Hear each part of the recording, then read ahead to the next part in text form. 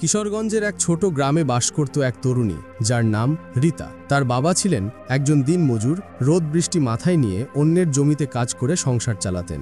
মা ছিলেন এক গৃহিণী, যিনি শত কষ্টের মধ্যেও তার সন্তানদের মুখে হাসি ফোটানোর জন্য দিনরাত পরিশ্রম করতেন। রীতা ছিল গ্রামের সবচেয়ে সুন্দরী মেয়ে। তার রূপের প্রশংসা ছিল সবার মুখে মুখে। সে স্বপ্ন দেখত পরিবারকে দারিদ্র্যের করাল গ্রাস থেকে মুক্তি দেওয়ার, ভাই বোনদের মুখে এক ঝলক সুখের হাসি দেখার। এই স্বপ্নই ছিল তার বেঁচে থাকার একমাত্র প্রেরণা, প্রতিটি দিনকে নতুন উদ্যমে শুরু করার কারণ।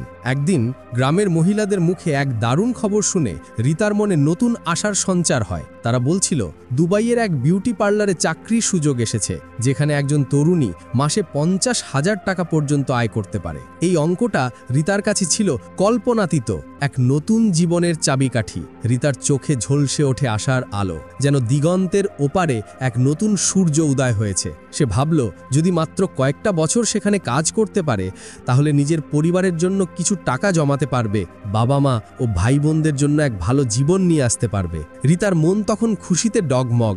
সে সঙ্গে সঙ্গে তার বাবা মায়ের কাছে জানায়। প্রথমে তারা ইতস্তত করেন। তাদের মনে ছিল আশঙ্কা, তাদের আদরের মেয়েকে এত দূরে অচেনা পরিবেশে পাঠাতে তারা সাহস পাচ্ছিলেন না। কিন্তু রীতার চোখে ছিল এক দৃঢ় সংকল্প, এক অদম্য বিশ্বাস। মেয়ের চোখে সেই অদম্য জেদ আর স্বপ্ন দেখে শেষ পর্যন্ত তারা রীতাকে যাওয়ার অনুমতি দেন। রীতা তখন এক এজেন্টের সাথে যোগাযোগ করে। এজেন্ট ছিল খুবই চতুর। সে রীতাকে সব রকম আশ্বাসের বুলি শোনায়। সে বলে, সেখানে সব ব্যবস্থা নিখুঁত থাকবে, খাওয়া দাওয়ার কোনো সমস্যা হবে না, আর প্রতিদিন মাত্র 8 ঘন্টা কাজ করতে হবে। এজেন্টের মিষ্টি কথায় রীতা সম্পূর্ণ বিশ্বাস স্থাপন করে আর বুক ভরা স্বপ্ন নিয়ে দুবাইয়ের উদ্দেশ্যে রওনা হয়। তার মনে তখন শুধু একটাই চিন্তা, পরিবারের জন্য ভালো কিছু করা। দুবাইয়ে পৌঁছানোর পর রীতার চোখে ছিল উজ্জ্বলতা আর মনে ছিল অনাবিল আনন্দ। তার মনে হচ্ছিল যেন ভাগ্যদেবী তার প্রতি সদয় হয়েছেন। পার্লারটি ছিল সত্যিই সুন্দর, পরিষ্কার পরিচ্ছন্ন, সুগন্ধে ভরা আর গ্রাহকে ঠাসা। রীতা মনে মনে সৃষ্টিকর্তাকে ধন্যবাদ জানায়। এক নতুন জীবনের স্বপ্ন তার চোখের সামনে ভাসছিল। তবে সে জানত না, আসল পরীক্ষাটা কেবল শুরু হতে চলেছে। এক ভয়াবহ বাস্তবতার দিকে সে এগোচ্ছে। পার্লারে প্রায় 8 থেকে 10 জন মেয়ে কাজ করছিল। তাদের মধ্যে কেউ ছিল বিবাহিত, কেউ অবিবাহিত, কিন্তু সবার মুখে এক অদ্ভুত বিষণ্ণতা, এক চাপা কষ্ট। রীতা ভাবল, হয়তো পরিবারের কাছ থেকে দূরে থাকার কারণেই তারা মন খারাপ করে আছে, একাকিত্ব তাদের গ্রাস করেছে। সে তখনও এই বিষণ্ণতার আসল কারণ সম্পর্কে সম্পূর্ণ অজ্ঞ ছিল। প্রথম কয়েকদিন পার্লারে সব স্বাভাবিক ছিল।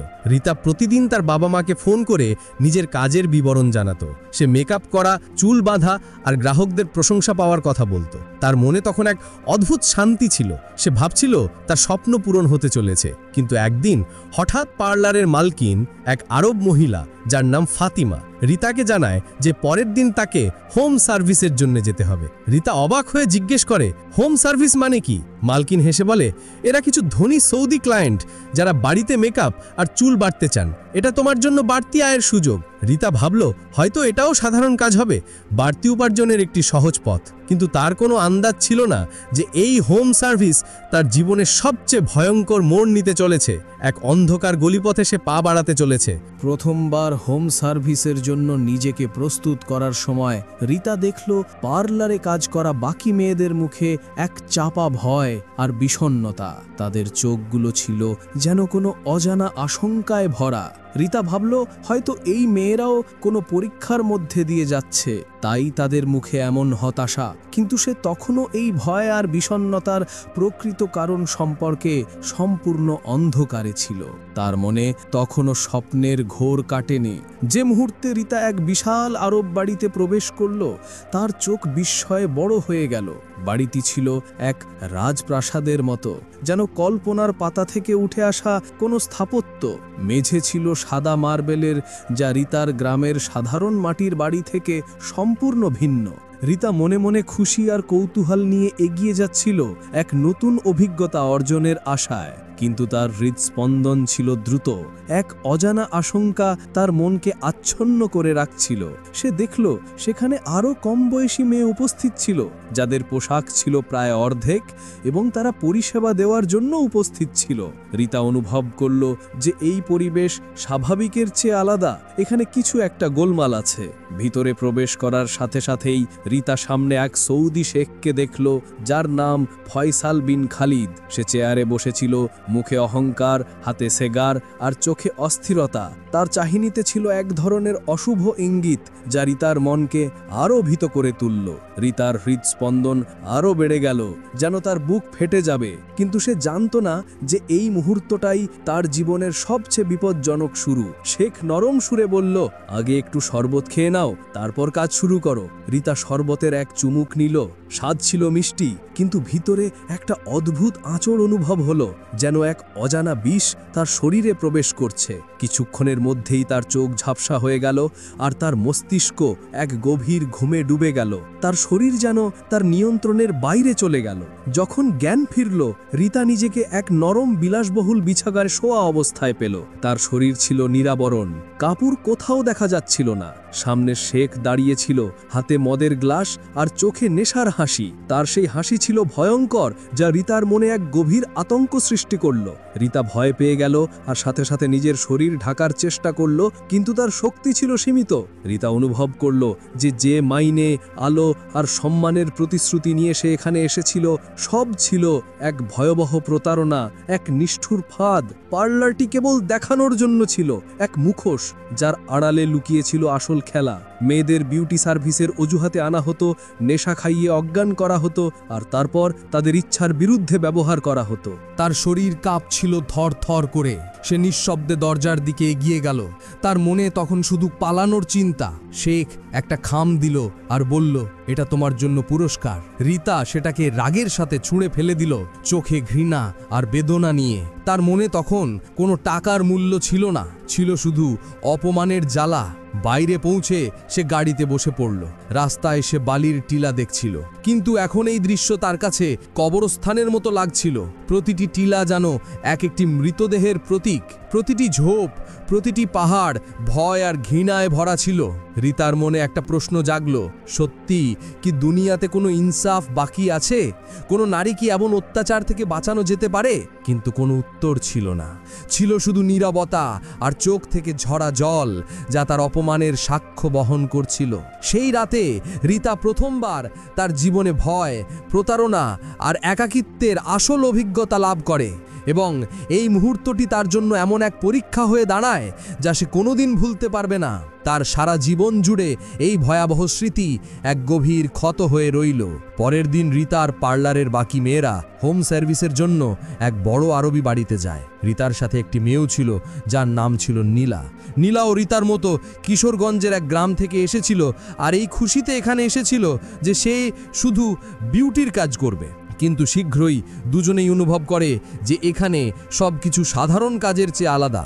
এক অশুভ ইঙ্গিত তাদের মনকে আচ্ছন্ন করে তোলে। বাড়িতে ঢোকার সঙ্গে সঙ্গেই দুই মেয়ে দেখল যে একটি বড় হল ঘরে 4 জন আরবি পুরুষ বসে আছে, যাদের মধ্যে একজন ছিল বড় আর শক্তিশালী সাউদি ব্যক্তি, যার নাম খালেদ বিন তালাল। খালেদের চোখে লালসা আর অহংকার স্পষ্ট ছিল, যা মেয়েদের মনে ভয় ধরিয়ে দিল। রীতা আর নীলার বুক ধরফর করছিল, আর তারা বুঝে গিয়েছিল যে এখন তাদের নিজেদের সুরক্ষার জন্য কিছু ভাবতে হবে, নিজেদের সম্মান বাঁচানোর জন্য সংগ্রাম করতে হবে। রীতা নীলার দিকে তাকায়, আর দুজনের চোখেই ভয়, লজ্জা আর অসহায়তা স্পষ্ট দেখা যাচ্ছিল। তাদের আত্মা যেন কেঁপে উঠছিল। খালেদ বিন তালাল নরম সুরে বলে, মেয়েরা, এখন তোমাদের আমাদের শর্ত পূরণ করতে হবে। আগে কাপড় খোলো, তারপর কাজ শুরু করো। রীতা বতলে যায়, শ্বাস বন্ধ হয়ে আসে, যেন তার জীবন থেমে গেছে। নীলাও ভয়ে মাটিতে চোখ নামিয়ে নেয়, তার শরীর কাঁপছিল। তাদের কাছে কোনো রাস্তা ছিল না, কারণ অস্বীকার করার মানে ছিল মৃত্যু বা কঠিন শাস্তি। রীতা মনে মনে প্রার্থনা করে যে এই সব কিছু যেন তাড়াতাড়ি শেষ হয়ে যায়, এই নরক যেন দ্রুত শেষ হয়। দুটি মেয়ে চুপচাপ কাপড় খুলতে শুরু করে আর ভিতর থেকে কাঁপতে থাকে। তারা বুঝে গিয়েছিল যে এখন প্রতিরোধ করা সম্ভব নয়, তারা সম্পূর্ণ অসহায়। সময় পেরোতে থাকে আর দুটি মেয়ে পুরোপুরি এই ভয়াবহ পরিবেশের অংশ হয়ে যায়। দিনগুলো কাজের আর রাতগুলো অত্যাচারের। রীতা আর নীলার চোখে ক্লান্তি, মনে কষ্ট আর শরীরে অসহায়তা ছেয়ে গিয়েছিল।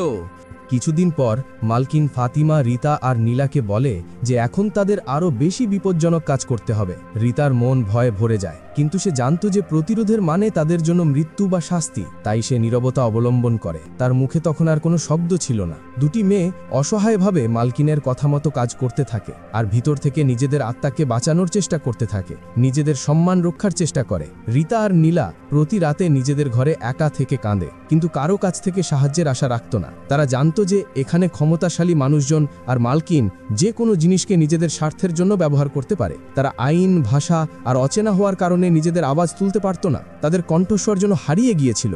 দিন দিন দুটি মেয়ের মন আর শরীরের ওপর ভয় আর অত্যাচারের ছাপ বাড়তে থাকে। 3 বছর পর রীতা আর নীলা নিজেদের আসল অস্তিত্ব থেকে প্রায় বঞ্চিত হয়ে গিয়েছিল। তারা শারীরিকভাবে বেঁচে ছিল, কিন্তু ভিতর থেকে মরে গিয়েছিল। 3 বছর ধরে তারা অত্যাচার, ভয় আর প্রতারণা সহ্য করতে থাকে। প্রতিদিন এক শতাব্দীর মতো কাটত।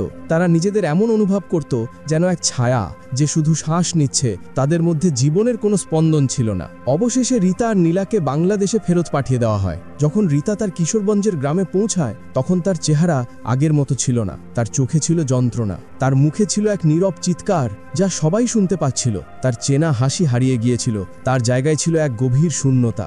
নীলাও ঠিক একই রকম খারাপ অবস্থায় ফিরে এসেছিল, তার শরীরেও ছিল একই ক্ষতচিহ্ন। গ্রামবাসীরা তাদের অবস্থা দেখে বিস্ময় আর আঘাত অনুভব করে। কেউ বিশ্বাস করতে পারছিল না যে বিউটি পার্লারের নামে কিভাবে মেয়েদেরকে এমন অন্ধকার ব্যবসায় ঠেলে দেওয়া হয়। এই ঘটনা গ্রামের মানুষকে হতবাক করে দেয়। রীতা আর নীলা তাদের পরিবারকে সব কিছু জানায়, তাদের কষ্ট আর অপমানের কথা বলে। সবাই হতবাক আর বিচলিত ছিল।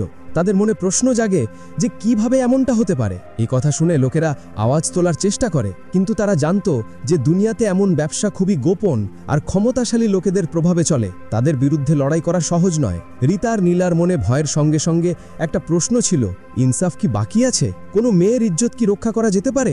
রীতা তার বাবা মাকে প্রতিশ্রুতি দেয় যে সে নিজের জীবন আবার গুছিয়ে নেবে আর এই ঘটনাকে কোনো দিন ভুলতে দেবে না, এই অপমানের বদলা নেবে। নীলাও তার পরিবারের সঙ্গে নতুন করে জীবন শুরু করে। দুটি মেয়ে শারীরিকভাবে জীবিত ছিল, কিন্তু ভিতর থেকে তারা তাদের জীবনের অভিজ্ঞতার প্রভাবে পুরোপুরি বদলে গিয়েছিল। তাদের সরলতা হারিয়ে গিয়েছিল, তাদের মনে জমেছিল এক গভীর ক্ষত। এই গল্পটি আমাদের এই শিক্ষা যায় যে দুনিয়াতে সব কিছুর আড়ালে সৌন্দর্য আর রূপের নামে প্রতারণা লুকিয়ে থাকতে পারে। সততা, সতর্কতা আর নিজের পরিবারের সুরক্ষা প্রতিটি নারীর সবচেয়ে বড় শক্তি। স্বপ্নের পিছনে অন্ধের মতো ছুটো না, কারণ বাস্তবতা প্রায়শই স্বপ্নের চেয়ে বেশি তিক্ত হয়। রীতা আর নীলার জীবনের এই ঘটনাটি শুধু একটি শিক্ষাই নয়, বরং একটি সতর্ক বার্তাও যে বিদেশে আসার সুযোগগুলো সবসময় নিরাপদ হয় না। তাদের নিজেদের ইজ্জত, আত্মসম্মান আর পরিবারের সুরক্ষা করা উচিত। অত্যাচার, প্রতারণা আর ক্ষমতাশালী লোকেদের খেলাকে চেনা প্রতিটি নারীর প্রয়োজন। এই গল্পটি আমাদের মনে করিয়ে দেয় যে ইজ্জত আর মানবতাই সবচেয়ে বড় সম্পদ, আর দুনিয়াতে কিছু লোক শুধু ধন সম্পদ আর ক্ষমতার জন্য অন্যদের স্বপ্ন আর স্বাধীনতা নষ্ট করে দেয়।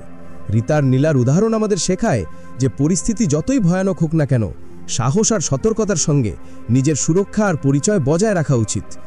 এই গল্প আমাদের সেই অন্ধকার দিকটা দেখিয়ে দেয় যেখানে স্বপ্নের আড়ালে লুকিয়ে থাকে, যেখানে অসহায় নারীরা শিকার হয়